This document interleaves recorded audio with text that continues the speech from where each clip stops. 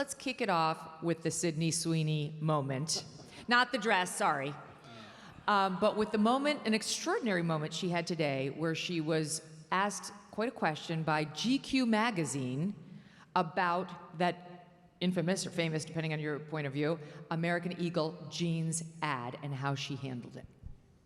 The criticism of the content, which was basically that maybe specifically in this political climate, like white people shouldn't joke about genetic superiority. Like that was kind of like the criticism, broadly speaking. And since you are talking about this, I just wanted to give you an opportunity to talk about that specifically. I think that when I have an issue that I want to speak about, people will hear. Like a boss. Yeah. That was actually sexier than the dress, I think. What an extraordinary moment, right? It's great. That's watershed stuff up there. It's the new meme. You know, there's a meme on the internet of like Anakin Skywalker talking to his wife, and then really he sort of doubles down, and it's this like dark right wing. That's the new version of that. She's the new spokesman for the American right, and I'm willing to go so far as to say right now I'm formally endorsing a ticket of Vance Sweeney 2028, the greatest message discipline in the Republican Party. The message discipline, exactly. But what a thing to hold your own and say like, no, I won't be making news for you today on that. It's so great. And she understands the game, right? Which that the lady was after clicks. And if she comments in any way, it'll make a huge headline. She's like, you know, no gas for the car. Yes. And now where are you going to go? But Smart. that plus that Jennifer Lawrence moment, right? Yep. Drew, is like, they're starting to get it. Oh, listen, Hollywood is out of work. When I say that, I mean they're all out of work. You could make a movie about white supremacy and they would show up because they are out of work. The business, this is true, the business has shut down. Only the Christian people are making movies, a couple of movie stars who can still make movies.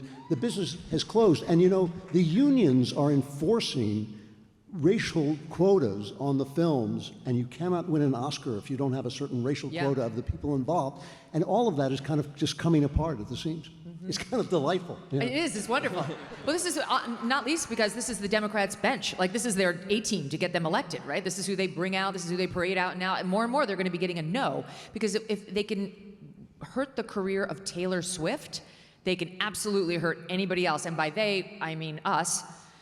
So they're learning that we have real buying power and that we can hurt you if you get too political, and we will. Like, we don't use it that often because we're conservatives and we kind of let people live and let live, but like when they try to push Kamala Harris into the White House, we stand up and we fight. We find our spine. So I feel so encouraged by that. I don't feel encouraged at all about anything that happened this week, but I feel encouraged by that. And there was really no blowback to her either, which is sort of the impressive thing. So you remember back in the 90s, Michael Jordan famously was asked about why he didn't start making very loud political statements, and he said, because Republicans wear sneakers too. And everyone went nuts on him. This was considered terrible at the time. And then, of course, the NBA decided that LeBron James was the great face because he was so politically, so much better than Michael Jordan because he was political. She said this, and I think all of us cheered, and the entire left kind of backed into a corner.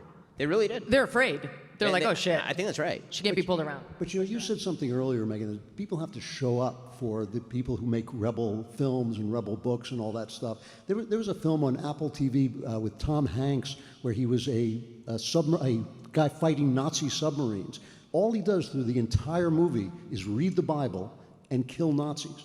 And I thought, everybody should be watching. We should be subscribing to Apple TV. The movie is called Greyhound, by the way, and it's terrific. Yeah. Oh, awesome. Terrific, yeah.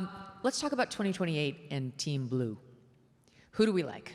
Who do we think is actually going to pull this thing out? Gavin?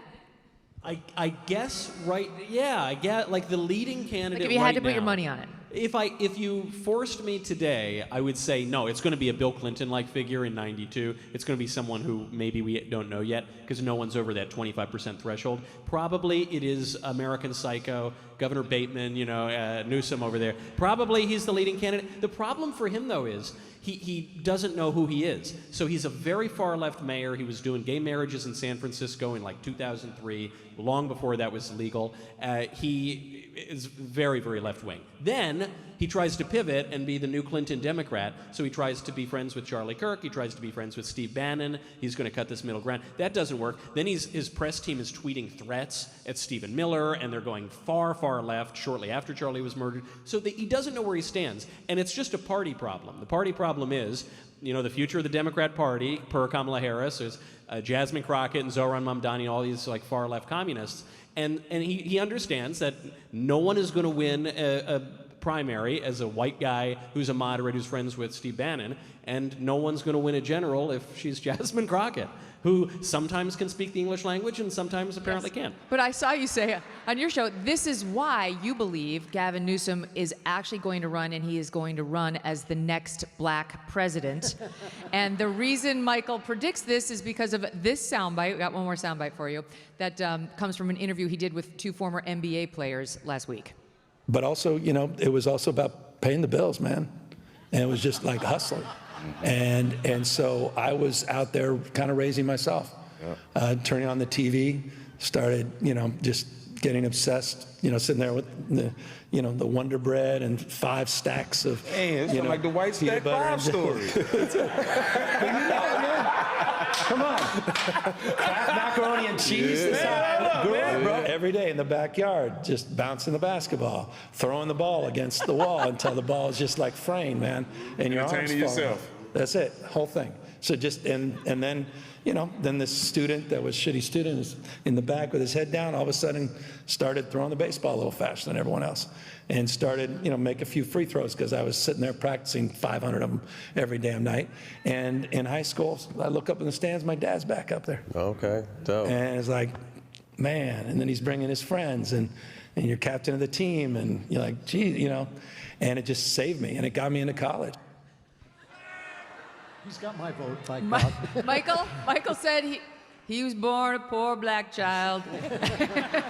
I was waiting for him in that, you know, listen, I'll tell you, fellas, smoking blunts was a daily routine since 13. Chubby fella on the scene. He is such an unbelievable lizard person. Right? Like when you watch him, you can almost see the ridges under his skin kind of moving. Yes. And you're waiting The for like hands. him to unzip, and just a dinosaur pops out. I was actually How in about a the working class lie? It's such a lie. It's unbelievable.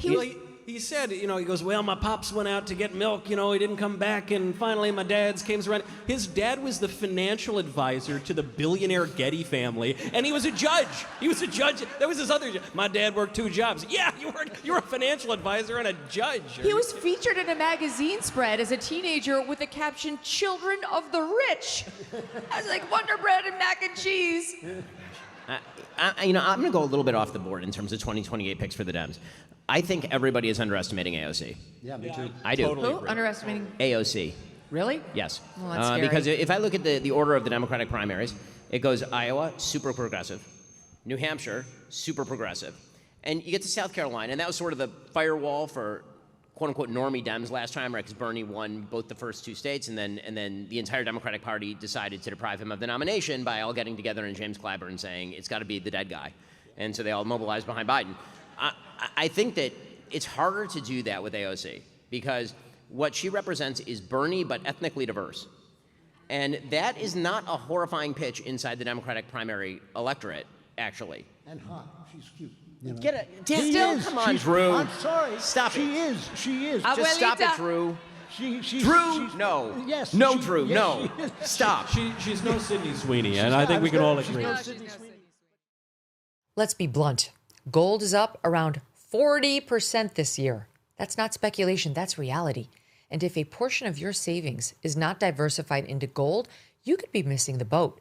Here are the facts. The US dollar is still too weak, and the government debt is insurmountable.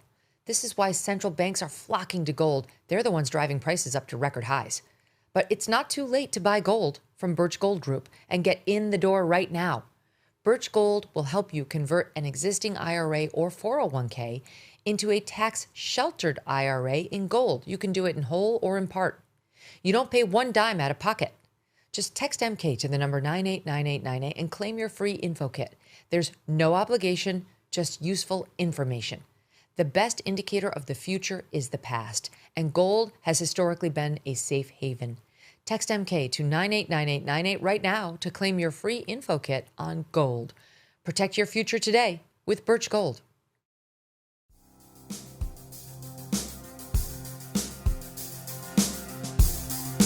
Thanks so much for watching. If you like what you just saw, hit the subscribe button for more clips and full episodes.